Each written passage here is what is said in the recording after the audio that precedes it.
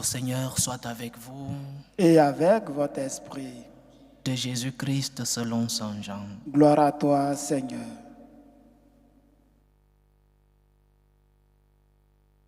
En ce temps-là, Jésus disait à ses disciples, « Si le monde a de la haine contre vous, sachez qu'il en a eu d'abord contre moi.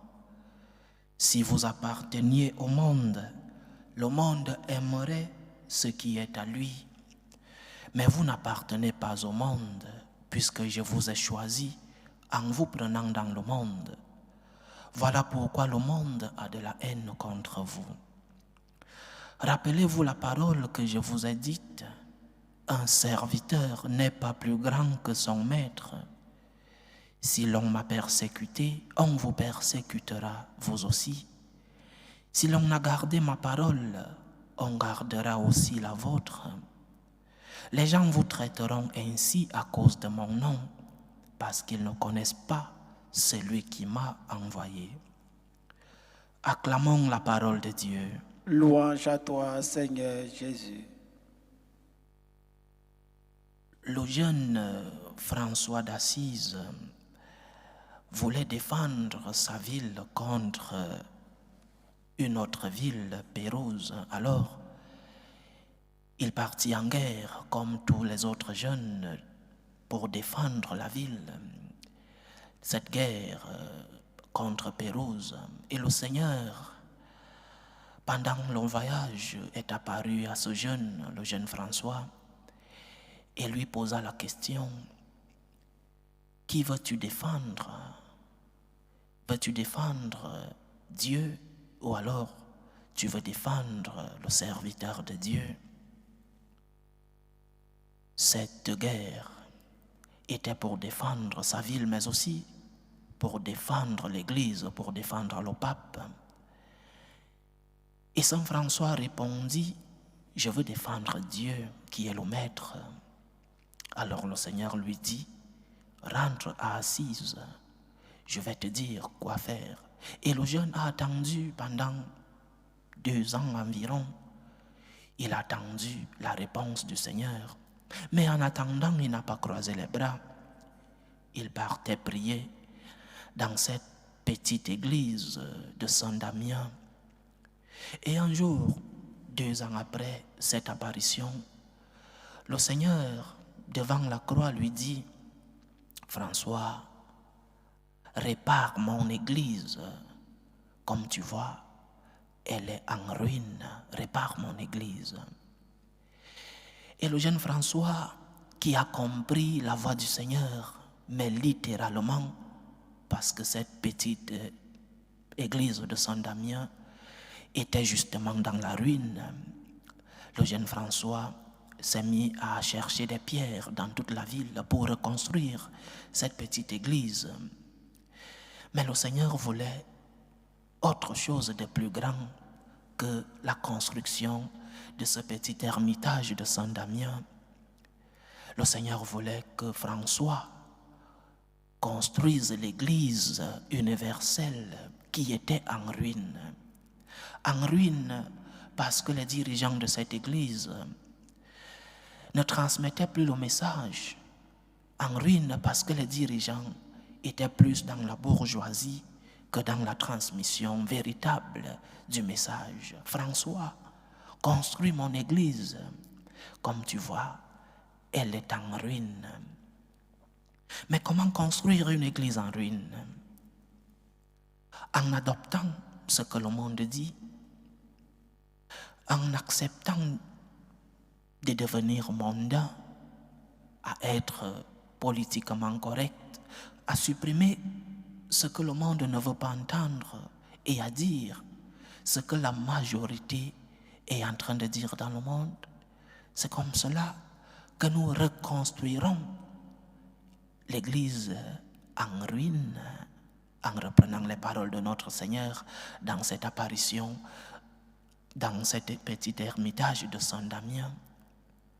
Comment reconstruire une Église en ruine? En devenant mondain, en acceptant ce que le monde dit, le politiquement correct. notre Seigneur, peut-être prendrait-il à nouveau entre ses mains le fouet avec lequel il a flagellé les bétails que vendaient les marchands dans le temple. Peut-être notre Seigneur nous dirait à nouveau que nous avons transformé sa maison en un repère de voleurs, mais que sa maison est une maison de prière. Ma maison est une maison de prière, a-t-il dit. Et parce qu'elle est une maison de prière, elle est tout le reste. Si nous enlevons la racine, l'arbre dessèche et meurt et ne porte pas de fruits. Si nous enlevons notre relation avec Dieu, cela n'a aucun sens de continuer d'exister. Une église qui ne parle pas de Dieu, je l'ai toujours dit, une église qui ne parle pas de Dieu, une église qui veut devenir mondaine, une église qui accepte ce que le monde dit, une église qui s'incline sur l'opinion de la majorité, cette église n'a pas de sens. Cette église ne doit pas exister. Il faut la fermer. François, reconstruis mon église. Comme tu vois, elle est en ruine. Et comment reconstruire cette église? Dans la vérité, dans l'amour, oui, mais dans la vérité. Et en acceptant que si nous voulons reconstruire cette église dans la vérité, nous serons persécutés. C'est ce dont le Seigneur nous parle aujourd'hui dans l'Évangile. Nous devons accepter d'être persécutés à cause du Christ. Nous devons accepter d'être persécutés parce que nous cheminons avec le Christ. Parce que nous ne voulons pas appartenir au monde, nous serons persécutés. Donc, chers frères et sœurs, même les premiers évangélisateurs, nous lisons ces derniers jours, ces premières évangélisations de Saint Paul, il a été persécuté. Il a été persécuté à cause du nom du Christ, à cause de la vérité. Mais il n'a pas fait marche arrière. Il n'a pas fait de rabais sur le message de notre Seigneur. Au contraire, il a foncé dans la vérité. Alors comment construire notre église? Dans la vérité, dans l'amour, mais surtout en restant fidèles au message de notre Seigneur. Si nous avons choisi d'être chrétiens, si nous avons choisi d'appartenir à l'église de Jésus-Christ, alors nous avons aussi choisi un autre côté de cette église, la persécution. L'église du Christ a toujours été persécutée. L'église chrétienne a toujours été persécutée parce que son maître, lui aussi, a été persécuté.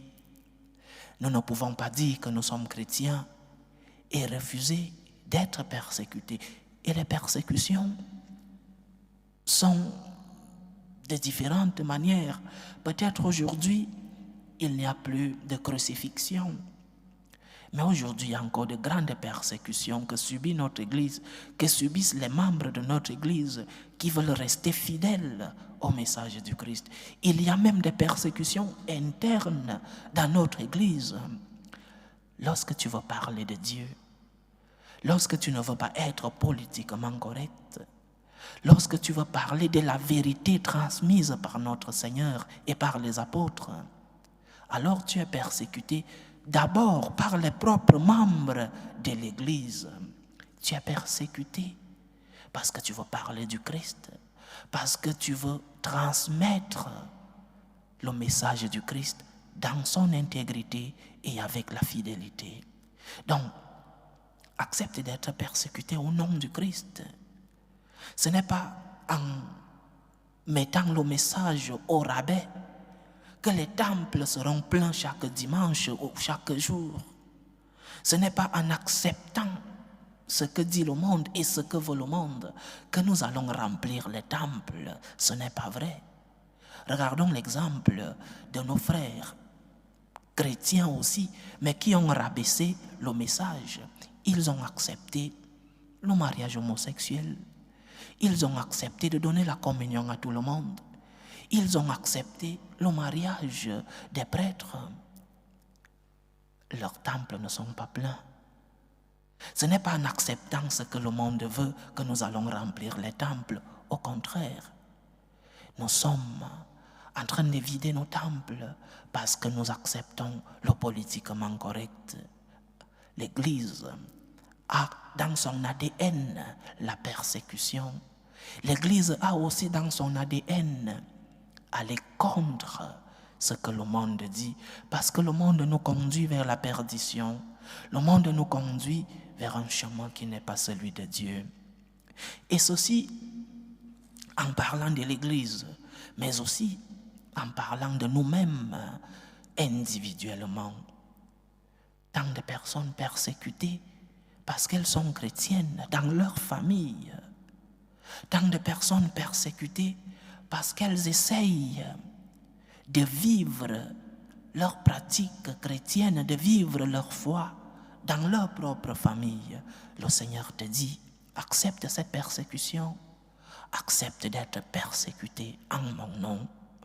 Je recevais il y a quelques jours un message d'une chrétienne qui nous suit à travers ce canal, qui me parlait de son fils qui, bien qu'ayant reçu la foi de ses parents, la foi chrétienne, a choisi, après un événement malheureux dans leur famille, a choisi de laisser la foi chrétienne et d'entrer dans la foi musulmane. Quel est le sens de notre Église? Parce qu'une Église qui n'accepte pas des persécutions, parce qu'un chrétien qui n'accepte pas que la douleur, que la souffrance, que la croix fait partie de la vie, alors nous n'avons pas compris le message du Christ.